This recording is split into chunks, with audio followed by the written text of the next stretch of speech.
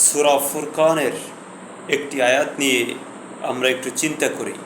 ওখানে আল্লাহ তাআলা বলেছেন যে বিষয়টি, সেটা হলো যে ব্যক্তি তাওবা করবে, ঈমান আনবে, সৎ কর্ম করবে, আল্লাহ তাআলা তাদের পূর্বের গুনাহকে আল্লাহ তাআলা পুণ্য দিয়ে পরিপূর্ণ করে দেবেন, বদল করে দেবেন।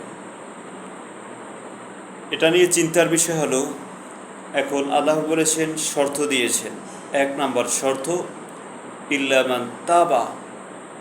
তাওবা 1 নম্বর শর্ত হলো তাওবা করা। তাওবা মানে কি? তাওবা মানে হলো অন্যায় থেকে, অপকর্ম থেকে বিরত থাকা। আমরা তাওবা মানে বুঝি আস্তাগফিরুল্লাহ, এটা মানে বুঝি আমরা তাওবা। এটা তাওবা না, এটা হলো ইস্তিগফার, আল্লাহর কাছে ক্ষমা চাওয়া। ঠিক আছে? তাওবা মানে হলো অন্যায় থেকে, পূর্বে যে অন্যায় করেছি এটা থেকে ফিরিয়ে থাকা, প্রত্যাবর্তন করা, এটাকে বলা হয় তাওবা।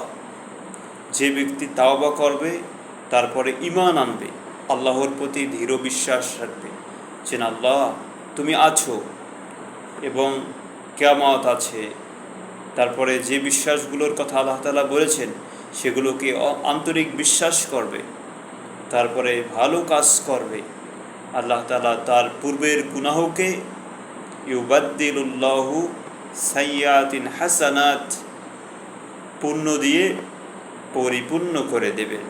সুবহানাল্লাহ, কত সুন্দর একটা কথা যে আমি যদি পূর্বের পাপকে ছেড়ে দিতে পারি, তারপরে ঈমান আনি, ভালো কাজ করি, তাহলে আল্লাহ তাআলা সেই পূর্বের পাপগুলোকে নেকি দ্বারা পুণ্য দিয়ে বদল করে দেবেন।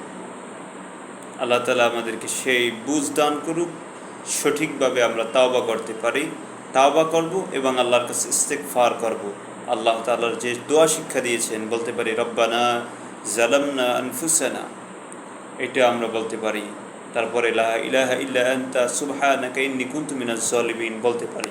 আল্লাহ তাআলা আমাদেরকে সঠিক বুঝ দান করুক।